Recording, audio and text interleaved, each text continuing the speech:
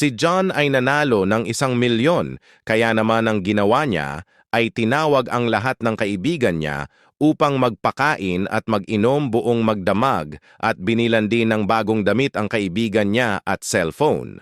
Ginising ni John ang kaibigan niya na natutulog sa bangketa at dito nakatira dahil naubos ang lahat ng ari-arian ng kaibigan niya.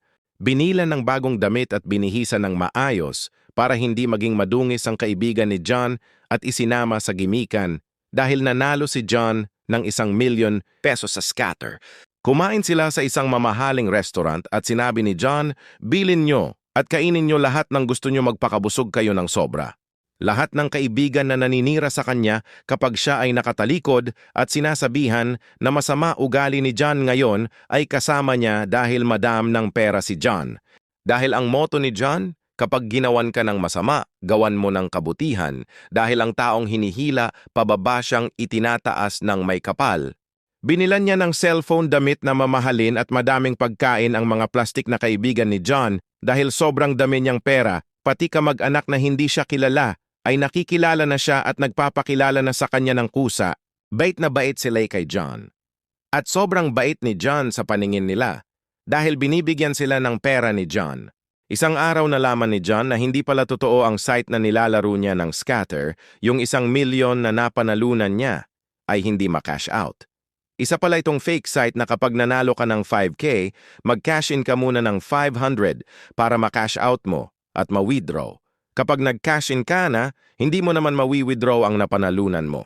Sa sobrang tuwa kasi ni John dahil nanalo siya sa scatter, hindi pa niya nawi-withdraw, ipinautang niya na agad ang pera sa kanyang kakilala at ginastos sa pakain, pamigay ng kung ano-ano sa kaibigan, kakilala at kamag-anak, at iba pang mga hunyango na nagpapalit ng kulay kapag may taong mapera na.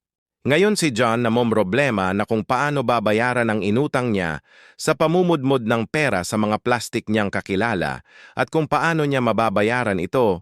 Lahat ng kasama niya sa sarap ay dahan-dahang din nawala. At yung mga kamag-anak niyang nagpapakilala sa kanya ay hindi niya na din makita maliban sa isang taong kanyang kaibigan.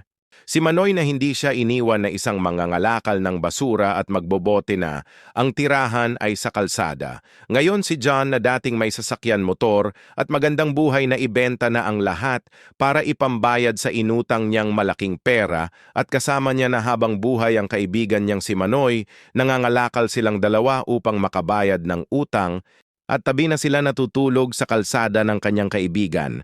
Dahil wala na lahat kay John at doon niya napatunayan na may isang kaibigan na natitira na handang tumulong sa kanya. Kung nagustuhan mo ang kwentong kupal ni John, like mo naman at share itag mo sa mga kupal mong kakilala.